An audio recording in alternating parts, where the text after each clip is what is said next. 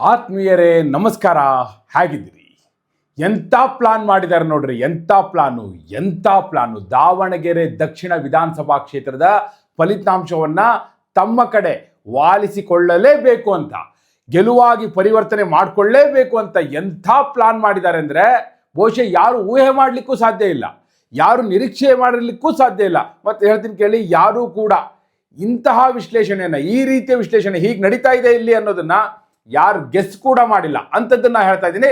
ಮತ್ತು ನೀವು ಹೇಳ್ತೀರಿ ಇದು 100ಕ್ಕೆ 100 ಸರಿ ಅಂತ ಹೇಳಿ, ಯಾಕಂದರೆ ಆ ರೀತಿ ನಡೀತಾ ಇದೆ, ಇದು ವಾಸ್ತವ. ನೋಡಿ, ಪೊಲಿಟಿಕಲ್ ಸ್ಟ್ರಾಟಜಿಗಳು ಹೇಗೆ ತೆರೆಯ ಹಿಂದೆ ಬಿಹೈಂಡ್ ದಿ ಸ್ಕ್ರೀನ್ ರೆಡಿ ಆಗುತ್ತೆ ಅನ್ನೋದಕ್ಕೆ ದಿ ಬೆಸ್ಟ್ ಎಕ್ಸಾಂಪಲ್ ನಿಮ್ಮ ಕಣ್ಣೆದುರೇ ನಡೀತಾ ಇದೆ. ಆದರೆ ನಡೆಯುತ್ತಿರುವ ಹಿಂದಿನ ಅಜೆಂಡಾ, ಹಿಡನ್ ಅಜೆಂಡಾ ಏನು ಅನ್ನೋದು ಎಲ್ರಿಗೂ ಅರ್ಥ ಆಗ್ತಾ ಇಲ್ಲ. ಇನ್ನು ಫ್ಯಾಕ್ಟ್ ಹೇಳ್ತೀನಿ ಕೇಳಿ, ಎಷ್ಟು ಪ್ಲಾನ್ಡ್ ಆಗಿ ಮಾಡಿದ್ದಾರೆ ಅಂದರೆ, ಪ್ರೀ ಪ್ಲಾನ್ಡ್ ಆಗಿ ಮಾಡಿದ್ದಾರೆ ಅಂದರೆ, ಇದನ್ನ ಕಡೆಗೆ ಸ್ಕ್ರಿಪ್ಟ್ ಹೇಗೆ ರೆಡಿ ಆಗಿದೆ ಅಂತ ನಾನು ಹೇಳ್ತಾ ಇದ್ದೀನಿ ಕೇಳಿ. ಆರಂಭದಲ್ಲಿ ಯಾವ ರೀತಿ ಇರಬೇಕು, ಮಧ್ಯದಲ್ಲಿ ಯಾವ ರೀತಿಯ ಮೆಸೇಜ್ ಹೋಗಬೇಕು, ಅಂತಿಮವಾಗಿ ಯಾವ ರೀತಿ ಟರ್ನ್ ಆಗಬೇಕು, ಇಷ್ಟನ್ನು ಕೂಡ ಸ್ಕ್ರಿಪ್ಟ್ ಮಾಡಿ ಅದನ್ನ ದಾವಣಗೆರೆ ದಕ್ಷಿಣ ವಿಧಾನಸಭಾ ಕ್ಷೇತ್ರದಲ್ಲಿ ಇಂಪ್ಲಿಮೆಂಟ್ ಮಾಡ್ತಾ ಇದ್ದಾರೆ. ನೀವು ಅದರ ಭಾಗಿಯಾಗಿದ್ದೀರಿ, 100% ನೀವು ಭಾಗಿ. ಯಾರು ನೀವು ನೋಡ್ತಾ ಇದ್ದೀರಲ್ಲ, ನೀವೇ ಹೇಗೆ ಭಾಗಿ ಅಂತ ನಾನು ಹೇಳ್ತೀನಿ. ನೀವು ಒನ್ ಆಫ್ ದಿ ಪಾರ್ಟ್. ಬಹುಶಃ ನಿಮ್ಗೆ ಆಶ್ಚರ್ಯ ಆಗ್ಬೋದು, ಹೌದಲ್ಲ ಅನ್ಸುತ್ತೆ ಆಮೇಲೆ ನಿಮಗೆ. ನಾನು ಈ ವಿಶ್ಲೇಷಣೆಯನ್ನು ಮುಕ್ತಾಯಗೊಳಿಸುವ ಹೊತ್ತಿಗೆ ನೀವು 100ಕ್ಕೆ 100 ಸರಿ ಹೌದು, ನಾವು ಅದರ ಪಾರ್ಟ್ ಆಗ್ಬಿಟ್ಟಿದ್ದೀವಿ, ನಮಗೆ ಗೊತ್ತಿಲ್ಲದೆ ಆಗ್ಬಿಟ್ಟಿದ್ದೀವಿ ಅಂತೀರಿ. ಹಾಗಾದರೆ ಯಾವ ರೀತಿ, ಏನು ಸ್ಟ್ರಾಟಜಿ ಅದು? ಇದು ಕಾಂಗ್ರೆಸ್ ಮಾಡಿರುವಂಥ ಸ್ಟ್ರಾಟಜಿ. ಯಾವ ರೀತಿ ಸ್ಟ್ರಾಟಜಿ ಮಾಡಿದ್ದಾರೆ ಅಂದರೆ, ಈಗಾಗಲೇ ಅದು ಇಂಪ್ಲಿಮೆಂಟ್ ಆಗೋಗ್ಬಿಟ್ಟಿದೆ. ಪ್ರಮುಖವಾಗಿ 3 ಘಟನೆಗಳು, ಅದರಲ್ಲೂ 2 ಘಟನೆಗಳಲ್ಲಿ ನೀವು ಸಂಪೂರ್ಣವಾಗಿ ಇನ್ವಾಲ್ವ್ ಆಗೋಗ್ಬಿಟ್ರಿ. 3ನೇದಕ್ಕೂ ಈಗ ಆಗುವವರಿದ್ದೀರಿ, ಮೊದಲೇ ಎಚ್ಚರಿಸ್ತಾ ಇದ್ದೀನಿ, ನೋಡ್ಕೊಂಬಿಡಿ. ಹಾಗಾದರೆ ಯಾವುದು ಆ ಪ್ರೀ ಪ್ಲಾನ್, ಏನು ಆ ಸ್ಟ್ರಾಟಜಿ? ಬಿಹೈಂಡ್ ದ ಸ್ಕ್ರೀನ್ ಅವ್ರು ಪ್ಲಾನ್ ಮಾಡಿರೋದೇನು, ಈಗ ಇಂಪ್ಲಿಮೆಂಟ್ ಮಾಡ್ತಿರೋದೇನು, ನಿಮ್ಮನ್ನ ಯಾವ ರೀತಿ ಭಾಗಿ ಮಾಡ್ಕೊಳ್ತಾ ಇದ್ದಾರೆ? ಎಸ್, ಆ ಎಲ್ಲ ವಿವರಗಳನ್ನ ಕೊಡೋ ಸಲುವಾಗಿ ನಾನು ಬಂದಿದ್ದೇನೆ. ಆತ್ಮೀಯರೇ, ವಾರ್ತೆ ವಿಶೇಷ ಕಾರ್ಯಕ್ರಮಕ್ಕೆ ಸ್ವಾಗತ. ನಾನು ವೀರೇಂದ್ರ ಉಪ್ಪುಂದ. ನೋಡಿ, ದಾವಣಗೆರೆ ದಕ್ಷಿಣ ವಿಧಾನಸಭಾ ಕ್ಷೇತ್ರದಲ್ಲಿ ಏನು ನಡೀತಾ ಇದೆ ಅದನ್ನ ನೇರವಾಗಿ ಹೇಳ್ತೀನಿ. ನಾನು ಸುತ್ತಿ ಬಳಸಿ ಬರೋದಿಲ್ಲ, ಡೈರೆಕ್ಟ್ ವಿಷಯಕ್ಕೆ ಬರ್ತಾ ಇದ್ದೀನಿ. ನೀವೆಲ್ಲ ನೋಡ್ತಾ ಇದ್ರಿ, ಕಳೆದ 1 ವಾರದಿಂದ ಏನಾಯಿತು ಅಂತ ನೋಡಿ. ಆರಂಭದಲ್ಲಿ ಅಲ್ಲಿದ್ದ ಇಶ್ಯೂ ಏನು, ಟಿಕೆಟ್ ಯಾರಿಗೆ ಅನ್ನೋದು. ಪೈಲ್ವಾನ್ ಸಾದಿಕ್ ಪೈಲ್ವಾನ್ ಅವರು ಕಂಟೆಂಡರ್ ಆಗಿದ್ರು. ಜಮೀರ್ ಅಹಮದ್ ಖಾನ್ ಅವ್ರ ಪರವಾಗಿ ಬ್ಯಾಟಿಂಗ್ ಮಾಡಿದ್ರು. ಅಲ್ಪಸಂಖ್ಯಾತರಿಗೆ ಟಿಕೆಟ್ ಕೊಡಬೇಕು ಅಂತ ಇತ್ತು, ಹೌದಾ? ಕಡೆಗೆ ಸಿಗ್ಲಿಲ್ಲ, ಸಮರ್ಥಿಗೆ ಕೊಟ್ಟರು ಶಾಮ್ನೂರ್ ಕುಟುಂಬ. ಸಾದಿಕ್ ಪೈಲ್ವಾನ್ ಮೊದಲು ರೆಬಲ್ ಆದರು, ನಾಮಪತ್ರ ಸಲ್ಲಿಕೆ ಮಾಡಿದ್ರು. ಅದಾದ ನಂತರ ಈಗ ವಾಪಸ್ ತಗೊಂಡಿಲ್ಲ, ಬಟ್ ಕಾಂಗ್ರೆಸ್ ಅವ್ರ ಜೊತೆ ಓಡಾಡ್ತಾ ಇದ್ದಾರೆ, ಹೌದಾ? ಇದು ಇಶ್ಯೂ ನಂಬರ್ 1. ಅದಾದ ನಂತರ ಏನಾಯಿತು, ಏನಾದರೂ ಸಿದ್ದರಾಮಯ್ಯವ್ರು ಬಂದು ಬಹಳ ದೊಡ್ಡ ಪ್ರಚಾರ ಮಾಡಿದ್ರಾ? ಜಮೀರ್ ಅಹಮದ್ ಖಾನ್ ಬಂದ್ರ? ಅದೆಲ್ಲ ಆಗಿದ್ದು. ಅಲ್ಲಿ ಇಶ್ಯೂ ಆಗಿದೆ ಏನಪ್ಪ ಅಂದರೆ, ಒಬ್ಬ ರಾಷ್ಟ್ರ ನಾಯಕ ಬಂದು ಪ್ರಚಾರ ಮಾಡ್ದ. ಅದು ಬಹಳ ಇಂಟರ್ನ್ಯಾಷನಲ್ ನ್ಯೂಸ್ ಆಗೋಯ್ತು. ಯಾರು? ಪ್ರದೀಪ್ ಈಶ್ವರ್. ಇದು ನಾ ಹೇಳ್ತಾ ಇದ್ದೀನಿ ಕೇಳಿ, ಘಟನೆ ನಂಬರ್ 1. ನೀವು ಕೂಡ ಇನ್ವಾಲ್ವ್ ಆಗಿದ್ದು ನಾ ಹೇಳ್ತಾ ಇದ್ದೀನಿ. ಯಾವ ರೀತಿ ಸ್ಟ್ರಾಟಜಿ ಮಾಡಿದ್ದಾರೆ, ಯಾವ ಕಾರಣಕ್ಕಾಗಿ ಪ್ರದೀಪ್ ಈಶ್ವರ್ ಅವ್ರನ್ನ ಕರೆಸಲಾಯಿತು, ಅವರಿಂದ ಆ ರೀತಿ ಹೈಡ್ರಾಮಾ ಮಾಡಿಸಿದ್ಯಾಕೆ, ಆ ರೀತಿ ಹೇಳಿಕೆ ಕೊಡಿಸಿದ್ಯಾಕೆ? 3 ಘಟನೆಗಳ ಪೈಕಿ ಮೊದಲನೇ ಘಟನೆ ಹೇಳ್ತಾ ಇದ್ದೀನಿ ನಾನು. ಇವೆಲ್ಲವೂ ಕೂಡ ಪ್ರೀ ಪ್ಲಾನ್ಡ್. ಪ್ರದೀಪ್ ಈಶ್ವರ್ ಡೈಲಾಗ್ಗಳು, ಅವರ ಎಂಟ್ರಿ, ಅವ್ರು ಏನೆಲ್ಲ ಮಾಡಿದ್ರು ಅಲ್ಲಿ ಹೈಡ್ರಾಮಾ, ಅವೆಲ್ಲವೂ ಕೂಡ ಪ್ರೀ ಪ್ಲಾನ್ಡ್. ಯಾಕೆ ಅಂತ ಕೂಡ ನಾನು ಹೇಳ್ತೇನೆ. ಕಾಂಗ್ರೆಸ್ ಅವರಿಗೆ ಏನು ಚರ್ಚೆ ಆಗಬೇಕಾಗಿದೆ ಮತ್ತು ಏನು ಚರ್ಚೆ ಆಗಬಾರ್ದು, ಇಶ್ಯೂನ ಯಾವ ರೀತಿ ಡೈವರ್ಟ್ ಮಾಡಬೇಕು, ಅದಕ್ಕಾಗಿ ಏನೆಲ್ಲ ಮಾಡಿದ್ದಾರೆ ಎಲ್ಲಾದರೂ ಒಂದು ಕಡೆ ನೀವು ಹೇಳಿ. ಈ ಬಾರಿ ಉಪಚುನಾವಣೆಯ ಸಂದರ್ಭದಲ್ಲಿ ಎಲ್ಲಾದರೂ ಒಂದೇ ಒಂದು ಕಡೆ ಅಭಿವೃದ್ಧಿಯ ಚರ್ಚೆ ಮಾಡಿದ್ದಾರೆ ಇವರು? ಡೆವಲಪ್ಮೆಂಟ್ ಚರ್ಚೆ ಆಗಿದೆಯಾ? ಏನು ಪ್ರದೀಪ್ ಈಶ್ವರ್ ಬಂದು ಹೇಳಿದ್ದು, ಒಬ್ಬ ಮೈಸೂರು ಕೋತಿ ಅಂತ ಹೇಳಿದ್ರು, ಯಾರಿಗೆ? ಪ್ರತಾಪ್ ಸಿಂಹ ಅವರಿಗೆ. ಮತ್ತೊಬ್ಬರಿಗೆ ಬಿಜಾಪುರದ ಕೋತಿ ಅಂತ ಹೇಳಿದ್ರು, ಯಾರಿಗೆ? ಯತ್ನಾಳ್ ಅವರಿಗೆ. ಮತ್ತೆ ಬಿಜೆಪಿ ಅವರಿಗೆ ಅವ್ರಿಗೆ ಬಳಸಿದ ಪದ ಅಯೋಗ್ಯ, ಮುಟ್ಟಾಳ, ಇವೆಲ್ಲ ಬಳಸಿದ್ರು. ಯಾಕೆ? ಉದ್ದೇಶಪೂರ್ವಕವಾಗಿ. ಮತ್ತೇನು ಹೇಳಿದ್ರು? APJ ಅಬ್ದುಲ್ ಕಲಾಂ ಅವ್ರನ್ನ ಕಾಂಗ್ರೆಸ್ ರಾಷ್ಟ್ರಪತಿ ಮಾಡಿದ್ದು ಅಂತ ಹೇಳಿದ್ರು. ಅವ್ರಿಗೆ ಗೊತ್ತು, ತಪ್ಪು ಹೇಳಿದಾಗಲೇ ಚರ್ಚೆ ಆಗದದು. ಹಂಗಲ್ಲ, ಅವ್ನು ಹೇಳ್ತಿರೋದು ಆ ರೀತಿ ಅಲ್ಲ, ಅದು NDA ತೀರ್ಮಾನ ಮಾಡಿದ್ದು, ಕಾಂಗ್ರೆಸ್ ಸಪೋರ್ಟ್ ಕೊಡ್ತು, ಈ ಚರ್ಚೆ ಆಗ್ಬೇಕು ಅವರಿಗೆ, ಬೇರೆ ಯಾವುದು ಚರ್ಚೆ ಆಗಬಾರ್ದು. ಅದೇ ಕಾರಣಕ್ಕಾಗಿ ಅವರಿಂದ ಹೈಡ್ರಾಮಾ ಮಾಡಿಸಿದ್ದು. ಅದಕ್ಕೆ ಈ ಕಡೆ BJP ಅವರು ಅದೇ ರೀತಿ ರಿಪ್ಲೈ ಕೊಟ್ಟರು. ಅದನ್ನು ಚಾಲೆಂಜ್ ಆಗಿ ತಗೊಂಡು ಪ್ರದೀಪ್ ಈಶ್ವರ್ BJP ಕಚೇರಿ ಎದುರುಗಡೆ ಬಂದರು.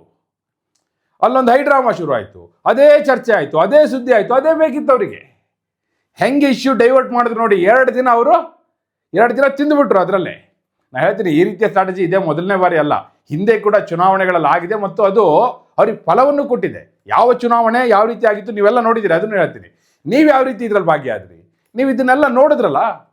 ಪ್ರದೀಪ್ ಈಶ್ವರ್ ಹೈಡ್ರಾಮಾನ ಅರೆ ಏನೋ ಆಗ್ತಾ ಇದೆ, ಪ್ರದೀಪ್ ಈಶ್ವರ್ ಬಂದು ಏನೋ ಮಾಡ್ತಿದ್ದಾನೆ ಅಂತೇಳಿ ನೀವು ಕೂತ್ಕೊಂಡು ನೋಡಿದ್ರಿ, ಅಬ್ಸರ್ವ್ ಮಾಡಿದ್ರಿ, ಭಾಳ ಸೀರಿಯಸ್ ಆಗಿ ತೊಗೊಂಬಿಟ್ರಿ. ಓ ಏನು ಹಿಂಗೆ ಮಾಡ್ತಿದ್ದಾನೆ ಹಾಗೆ ಹೇಗೆ ಅಂತ ಚರ್ಚೆ ಮಾಡಿದ್ರಿ, ಅಟ್ಲೀಸ್ಟ್ ವಿಡಿಯೋಸ್ ನೋಡಿದ್ರಿ, ಅದರೊಳಗೆ ಮುಳುಗೋದ್ರಿ, ನಿಮ್ಮ ಸಮಯ ಕೊಟ್ರಿ, ಆ ರೀತಿ ನೀವು ಇನ್ವಾಲ್ವ್ ಆದ್ರಿ. ಈಗ ಘಟನೆ ನಂಬರ್ 2 ಹೇಳ್ತೀನಿ ಕೇಳಿ. ನಲ್ಪಾಡ್, ಈಗ ಎಂಟ್ರಿ ಕೊಟ್ಟಿದ್ದು ನಲ್ಪಾಡ್. ಪ್ರದೀಪ್ ಈಶ್ವರ್ದು ಸೀನ್ ಮುಗೀತು, ಅವರು ಆಚೆ ಹೋದರು, ನಲ್ಪಾಡ್ ಎಂಟ್ರಿ ಕೊಟ್ಟರು. ಅವ್ರಿಗೆ ಕೊಟ್ಟಿದ್ದೇನು ಗೊತ್ತಾ ಸ್ಕ್ರಿಪ್ಟು? ಅಲ್ಲಿ ಆದಿಲ್ ಬಾಷಾ ಈಗ ಇಂಡಿಪೆಂಡೆಂಟ್ ಕ್ಯಾಂಡಿಡೇಟ್ ಆಗಿದ್ದಾರಲ್ಲ, ಅವ್ರನ್ನ ಮನವೊಲಿಸುವ ರೀತಿ ಹೋಗಬೇಕು, ಹೋಗಿ ಅವರ ಮನೆಗೆ ಹೋಗಿ ಬ್ರೇಕ್ಫಾಸ್ಟ್ ಮೀಟಿಂಗ್ ಅಂತೇಳಿ ಹೋಗಬೇಕು. ಬ್ರೇಕ್ಫಾಸ್ಟ್ಗೆ ಅಂತೇಳಿ ಹೋದಾಗ ನಲ್ಪಾಡ್ ಅವರಿಗೆ ಬೆದರಿಕೆ ಹಾಕಿದ್ರು ಅನ್ನೋ ಸುದ್ದಿ ಆಗಬೇಕು. ಹಿಂಗಿತ್ತು ಸ್ಕ್ರಿಪ್ಟು. ಆ ಸ್ಕ್ರಿಪ್ಟ್ ಪ್ರಕಾರವೇ ಎಲ್ಲವೂ ಆಯಿತು. ಖಾದರ್ ಆದಿಲ್ ಬಾಷಾ ಮನೆಗೆ ಹೋದಂಥ ನಲ್ಪಾಡ್ ಅವರಿಗೆ ಬೆದರಿಕೆ ಹಾಕಿದ್ರು ಅನ್ನೋದು ದೊಡ್ಡ ಸುದ್ದಿ. ನೆನ್ನೆಲ್ಲ ಅದೇ ಚರ್ಚೆ. ಖಾದರ್ ಆದಿಲ್ ಬಾಷಾನೇ ಚರ್ಚೆಯ ಕೇಂದ್ರ ಬಿಂದು ಆಗಬೇಕು ಅಂತ ಹೇಳಿ ನಾನು ಹೇಳ್ತೀನಿ ಕೇಳಿ. ಸ್ಕ್ರಿಪ್ಟ್ನ ಎಂಡ್ ಹೇಗಿರ್ಬೋದು ಅಂತ ನಾನು ನಿಮ್ಗೆ ಗೆಸ್ ಮಾಡಿ ಹೇಳ್ತೀನಿ ಕೇಳಿ. ಬಹುತೇಕ ಚುನಾವಣೆ ಪ್ರಚಾರ ಮುಕ್ತಾಯಗೊಳ್ಳುವ ಮೊದಲು ಖಾದರ್ ಆದಿಲ್ ಬಾಷಾ ಕಾಂಗ್ರೆಸ್ಗೆ ಬಂದು ಕಾಂಗ್ರೆಸ್ ನಾಯಕರ ಜೊತೆ ಕೈ ಹಿಡಿದು ನಿಂತರೂ ಆಶ್ಚರ್ಯ ಇಲ್ಲ, ನೀವು ಆಶ್ಚರ್ಯ ಪಡಬೇಡಿ. ಮತ್ತು ನಲ್ಪಾಡಿಗೆ ಏನಾಗಬೇಕಿತ್ತು, ನಿನ್ನೆ ಇಡೀ ದಿನದ ಸುದ್ದಿಯನ್ನು ಯಾವ ರೀತಿ ಡೈವರ್ಟ್ ಮಾಡಬೇಕು ಅನ್ನೋದಿತ್ತು. ಅಭಿವೃದ್ಧಿ ಬಗ್ಗೆ ಚರ್ಚೆ ಆಗಬಾರ್ದು, ಏನು ಕೆಲಸ ಮಾಡಿದ್ದಾರೆ ಏನು ಕೆಲಸ ಮಾಡಿಲ್ಲ ಆ ಚರ್ಚೆ ಆಗಬಾರ್ದು, ಅಲ್ಲಿ ಬೇರೆ ಏನು ರಾಜ್ಯಕ್ಕೆ ಸಂಬಂಧಪಟ್ಟಂತಹ ದೇಶಕ್ಕೆ ಸಂಬಂಧಪಟ್ಟಂತಹ ಯಾವ ವಿಚಾರವೂ ಚರ್ಚೆ ಆಗಬಾರ್ದು.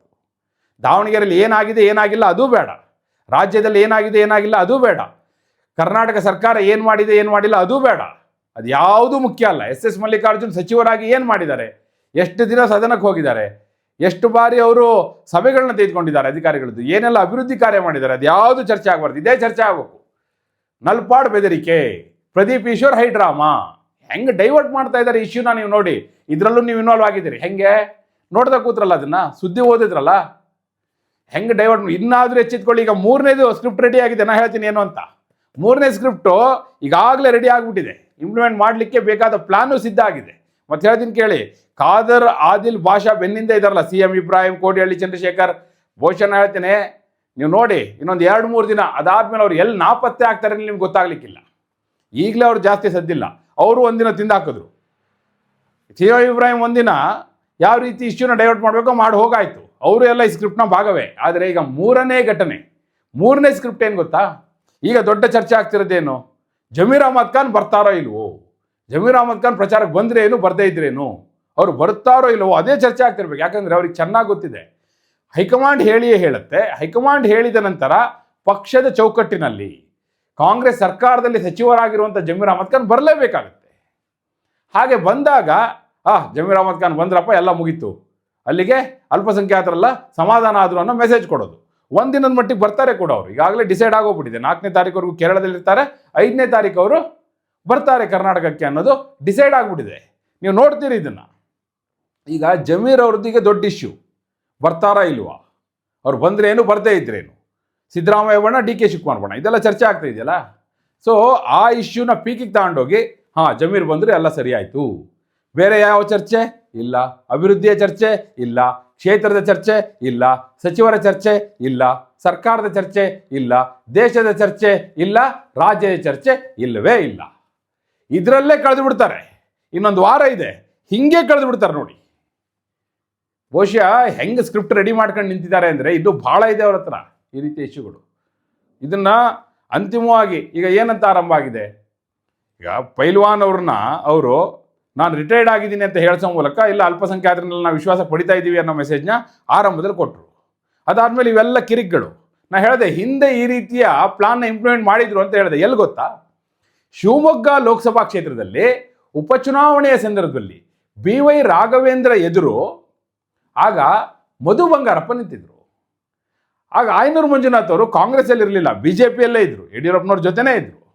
ಆ ಚುನಾವಣೆಯನ್ನು ಯಾವ ರೀತಿ ಮಾಡಿಬಿಟ್ರು ಅಂದರೆ ಬೇರೆ ಯಾವ ಚರ್ಚೆಯೂ ಆಗ್ಲಿಕ್ಕೆ ಅವಕಾಶವೇ ಕೊಡಲಿಲ್ಲ. ಅಲ್ಲಿ ಚರ್ಚೆ ಮಾಡಿದ್ದೇನಪ್ಪ ಅಂದರೆ, ಯಾಕಂದರೆ ಅವ್ರು ಬೈ ಎಲೆಕ್ಷನ್ ಆಗಿತ್ತು ಕರ್ನಾಟಕದಲ್ಲೂ ಕೂಡ. ಆಗ ಬಹುಶಃ ನನ್ನ ಜ್ಞಾಪಕದ ಪ್ರಕಾರ ನನಗೆ ನೆನಪಿರುವಂತೆ ಕುಮಾರಸ್ವಾಮಿ ಅವರು ಮುಖ್ಯಮಂತ್ರಿ ಆಗಿದ್ದರು. ಕುಮಾರಸ್ವಾಮಿ ಹಾಗೂ ಕಾಂಗ್ರೆಸ್ ಜಂಟಿ ಸರ್ಕಾರ ಇತ್ತು, ಮೈತ್ರಿ ಸರ್ಕಾರ ಇತ್ತು. ಮಧು ಬಂಗಾರಪ್ಪ ಮೈತ್ರಿ ಅಭ್ಯರ್ಥಿಯಾಗಿ ಕಣಕ್ಕಿಳಿದಿದ್ರು. ಇವರು ಆಯನೂರು ಮಂಜುನಾಥ್ ಏನು ಚರ್ಚೆ ಮಾಡಿದ್ರಪ್ಪ ಅಂದರೆ, ಮಧು ಬಂಗಾರಪ್ಪ ಹೇರ್ ಸ್ಟೈಲ್ ನೋಡಿ, ಅವ್ರ ಹೇರ್ ಸ್ಟೈಲ್ ಬಗ್ಗೆ ಚರ್ಚೆ. ಹೋಗಿ ಕಟ್ಟಿಂಗ್ ಮಾಡ್ಕೊಂಬರಕ್ಕೆ ಹೇಳಿ ಅವರಿಗೆ, ಹೆಂಗೆ ಕೂದಲು ಬಿಟ್ಕೊಂಡಿದ್ದಾರೆ ಹಿಂದ್ಗಡೆ ನೋಡಿ, ಹೋಗಿ ಕಟಿಂಗ್ ಮಾಡ್ಕೊಂಬರಕ್ಕೆ ಹೇಳಿ. ದಿನ ಬೆಳಗ್ಗೆ ಇದೇ ಡೈಲಾಗು. ಅವರ ವೇಷಭೂಷಣದ ಬಗ್ಗೆ ಚರ್ಚೆ, ಅವರ ಪರ್ಸನಾಲಿಟಿ ಬಗ್ಗೆ ಚರ್ಚೆ, ಇದನ್ನೇ ಚರ್ಚೆ ಮಾಡ್ಕೊಂಡು ಚುನಾವಣೆ ಮುಗಿಸೇ ಬಿಟ್ರು. ಕಡೆ ಗೆದ್ದು BJP ಗೆಲ್ತು ಅಲ್ಲಿ. ಅಂದರೆ ಯಾವ ರೀತಿ ಇಶ್ಯೂ ಡೈವರ್ಟ್ ಮಾಡಲಿಕ್ಕೆ ಪ್ಲಾನ್ ಮಾಡ್ತಾರೆ ಅನ್ನೋದಕ್ಕೆ ಇದು ದಿ ಬೆಸ್ಟ್ ಎಕ್ಸಾಂಪಲ್. ಈಗ 3ನೇ ಪ್ಲಾನ್ ಇಂಪ್ಲಿಮೆಂಟ್ ಮಾಡ್ತಿದ್ದಾರಲ್ಲ, ಈಗ ಜಮೀರ್ ಅಹಮದ್ ಖಾನ್ ಅವ್ರು 4ನೇ ತಾರೀಕು ಬಂದರು ಅಂದರೆ ಆ ಸ್ಕ್ರಿಪ್ಟಲ್ಲಿ ಎಂಡ್ ಆಗುತ್ತೆ. ಅದಾದಮೇಲೆ ಬೇರೆ ಸ್ಕ್ರಿಪ್ಟ್ಗಳು ಸ್ಟಾರ್ಟ್ ಆಗುತ್ತೆ. ಈಗ ಆದಿಲ್ ಭಾಷಾ ಎಲ್ಲ ವಾಪಸ್ ಬರೋದು, ಹಲವು ಅಲ್ಪಸಂಖ್ಯಾತ ಮುಖಂಡರೆಲ್ಲ ಇವರೇ ಕೆಲವ್ರ ಹತ್ರ ಹಾಕ್ಸಿದ್ದಾರೆ, ಈಗ ನಾಮಿನೇಷನ್ಸ್ ಹಾಕ್ಸಿದ್ದಾರೆ. ಅವರೆಲ್ಲ ಬಂದು ಕಾಂಗ್ರೆಸ್ ಜೊತೆ ನಿಂತ್ಕೊಂಡು ನಾವು ಕಾಂಗ್ರೆಸ್ ಪರ ಇದ್ದೇವೆ ಅನ್ನುವಂಥ ಮೆಸೇಜ್ ಕೊಡೋದು. ಈ ರೀತಿಯ ಪ್ಲಾನ್ನ ಕಾಂಗ್ರೆಸ್ ರೆಡಿ ಮಾಡ್ಕೊಂಡಿದೆ ಮತ್ತು ಅದೇ ಪ್ರಕಾರ ಈಗ ಸ್ಕ್ರಿಪ್ಟು ಇಂಪ್ಲಿಮೆಂಟ್ ಆಗ್ತಾ ಇದೆ. ನೀವು ಬರೆದಿಟ್ಕೊಳ್ಳಿ, ಇದೆಲ್ಲ ಹಿಂಗೆ ನಡೀತು ನೋಡಿ. ಕತೆ, ಚಿತ್ರಕಥೆ, ಸಂಭಾಷಣೆ, ನಿರ್ದೇಶನ DK ಶಿವಕುಮಾರ್. ಯಾಕಂದರೆ DK ಶಿವಕುಮಾರ್ ಅವರ ಹೆಗಲಿಗೆ ದಾವಣಗೆರೆ ದಕ್ಷಿಣದ ಜವಾಬ್ದಾರಿ ಈಗಾಗಲೇ ಬಿದ್ದಾಗಿದೆ. ಅದಕ್ಕೆ ಸುರ್ಜೇವಾಲಾ ಅವ್ರನ್ನ ಕಟ್ಕೊಂಡು ಏನೆಲ್ಲ ಸಾಹಸ ಮಾಡ್ತಿದ್ದಾರಲ್ಲ, ಮತ್ತು ಅವ್ರು ಯಾಕೆ ಇದಕ್ಕೆಲ್ಲ ರಿಯಾಕ್ಟ್ ಮಾಡಬೇಕು? ಇದಕ್ಕೆಲ್ಲ ಅವ್ರು ರಿಯಾಕ್ಷನ್ ಕೊಡ್ತಾರೆ, ಇದನ್ನೇ ಚರ್ಚೆಯ ವಸ್ತು ಮಾಡ್ತಾರೆ. ಜಮೀರ್ ಅಹಮದ್ ಖಾನ್ ಬರ್ತಾರಾ ಇಲ್ವಾ ಅನ್ನುವ ವಿಚಾರವನ್ನು ಚರ್ಚೆಯ ವಸ್ತು ಮಾಡ್ತಾರೆ. ಅವ್ರು ಬರ್ತಾರೆ ಅಂತ ಇವರೇ ಹೇಳ್ತಾರೆ, ಬರದೇ ಇದ್ರೂ ಆಗುತ್ತೆ ಅಂತ ಇವರೇ ಹೇಳ್ತಾರೆ. SS ಮಲ್ಲಿಕಾರ್ಜುನ್ ಅದೇ ಡೈಲಾಗ್ ಹೊಡಿತಾರೆ. ಸೊ ಇವೆಲ್ಲವೂ ಕೂಡ ಎಷ್ಟರ ಮಟ್ಟಿಗೆ ಪ್ಲಾನ್ಡ್ ಆಗಿ, ಅಂದರೆ ಪೂರ್ವ ನಿಯೋಜಿತ ಅನ್ನೋದು ಭಾಳ ಸ್ಪಷ್ಟವಾಗಿ ಗೋಚರಿಸ್ತಾ ಇದೆ ಅನ್ನುವಂಥದ್ದು. ಆದರೆ ಕಾಂಗ್ರೆಸ್ನ ಈ ಪ್ಲಾನ್ ನೋಡಿ, ಇಲ್ಲಿಯವರೆಗೂ ಅವ್ರು ಏನು ಮಾಡಬೇಕು ಅದನ್ನು ಮಾಡ್ತಾ ಇದ್ದಾರೆ. ಇವೆಲ್ಲವೂ ಕೂಡ ಸ್ಟ್ರಾಟಜಿಯ ಭಾಗ. ಆದರೆ ಇದವರಿಗೆ ಫಲ ಕೊಡುತ್ತಾ ಈ ರೀತಿಯ ಪ್ಲಾನ್? ನೋಡಿ, ಅವರೇನಾದರೂ BJP ಇಶ್ಯೂ, ಮೋದಿಯವ್ರ ಇಶ್ಯೂ, ಇದು ಯಾವುದನ್ನು ತಗೋತಾ ಇಲ್ಲ. ದೇಶದ ಇಶ್ಯೂಯನ್ನು ಚರ್ಚೆ ಮಾಡ್ತಾ ಇಲ್ಲ. ದೇಶದ ವಿಷಯವೂ ಅವ್ರಿಗೆ ಬೇಕಾಗಿಲ್ಲ. ಯಾಕಂದರೆ ಹಿಂಗೇ ಎಲೆಕ್ಷನ್ನ ತಳ್ಳಿಬಿಟ್ರೆ ಹೆಂಗೋ ಹಿಂದಿನ ದಿನ ರಾತ್ರಿ ಮ್ಯಾನೇಜ್ ಮಾಡಿಬಿಡ್ಬೋದು ಅನ್ನುವಂಥ ಕಾನ್ಫಿಡೆನ್ಸ್, ಆ ಕಾನ್ಫಿಡೆನ್ಸ್ ಅವರಿಗೆ ಫಲ ಕೊಡುತ್ತಾ? ಕಾಂಗ್ರೆಸ್ ಈ ಕಾರ್ಯತಂತ್ರದಿಂದ ಗೆಲುವನ್ನು ತನ್ನದಾಗಿಸಿಕೊಳ್ಳಬಹುದಾ, ಅಥವಾ ಇದು ಬೂಮ್ರ್ಯಾಂಗ್ ಆಗುತ್ತಾ? ಏನು ಹೇಳ್ತೀರಿ? ನಿಮ್ಮ ಅಭಿಪ್ರಾಯವನ್ನು ಕಮೆಂಟ್ ಮೂಲಕ ತಿಳಿಸಿ. ಹಾಗೆ ನೀವಿನ್ನು ವಾರ್ತೆ ಚಾನಲ್ನ ಸಬ್ಸ್ಕ್ರೈಬ್ ಮಾಡಿಲ್ಲ ಅಂದರೆ ಈಗಲೇ ಸಬ್ಸ್ಕ್ರೈಬ್ ಮಾಡಿ. ಧನ್ಯವಾದ.